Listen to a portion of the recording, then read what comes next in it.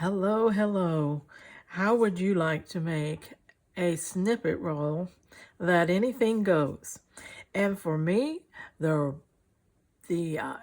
well, inspiration behind mine is buttons.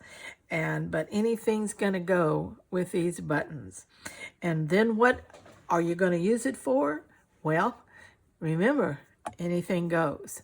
Let's talk about that. We'll see and delve into that. But meantime, let me tell you how simple this is. This is just a piece of linen, just raw linen, okay? And it's a very cheap, more looser weaved linen. I have taken the background. You can see that this is just plain colored. But I took the background and I spritzed it with water, and then I used my Inktense pencils and spritzed it some more, rubbed on it, and got those colors to mute in very pretty. That gave me an instant from new look to vintage look. And that's a really pretty background, very easy to do. Now, if you don't have Inktense pencils, watercolors will do the same thing. So try those with your watercolors and water and see how that will work for you. But it will give you that vintage look on the back. Then if you've been watching my videos, you know that I've been cleaning and organizing, and I've found a bunch of buttons. So I wanted to use my buttons to work on this snippet roll. But I wanted to use a lot of other little bits and pieces that I'm finding too. So that's what I'm doing. I'm creating some little flower elements out of just little bits of scraps, tucking them here and there, just little bits with a bead on it maybe. I have been using threads, just loose threads. You can see how pretty those work in there, and I'm working on a section right here right now. I am putting in just little things that I might already have and putting those in there. This little piece of lace, I snipped off the whole piece and then did some watercolor dye on that to bring that in to the colors. Okay. So it's just bits and pieces, scraps, and for me a button theme. It's like having a button path down through my garden. And so I will be doing this whole piece here. Let's see how long it is. I don't even know. It is about 26 inches long and 3 inches wide. The 3 inches wide is really nice.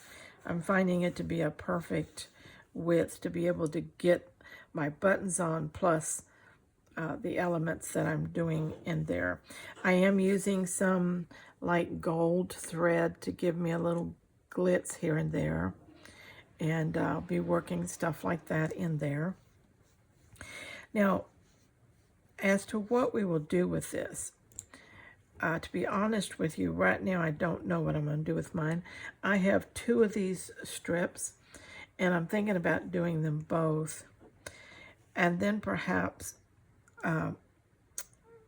mounting them on a piece of quilted cotton, and then long ways, and then see how that looks.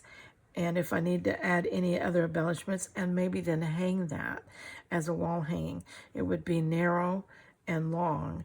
And you know, there's always a spot for something of an odd size like that.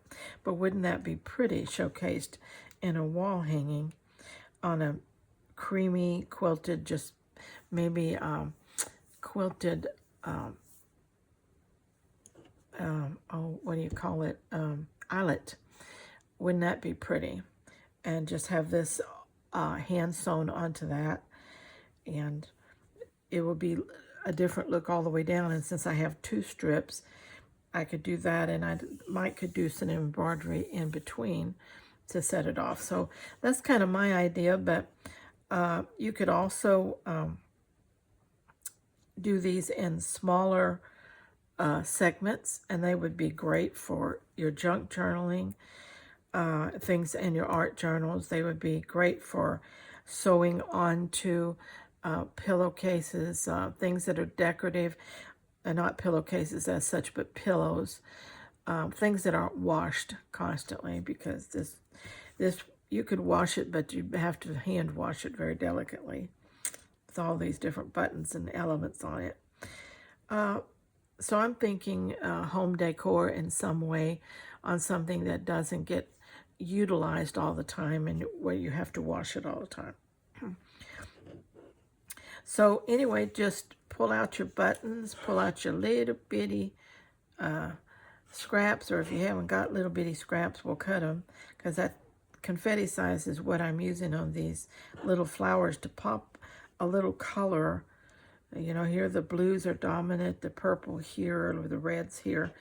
And so that just really helps. They fill in gaps, plus they give me color all the way down. All right. Don't forget to watercolor your background for the vintage look, if that's what you like. That worked out perfect, didn't it? I love it. And I will be doing the rest of this one that way. Okay, when I get it finished, I will show that to you in another video. Meanwhile, let's all stay scrap and button happy. Bye-bye.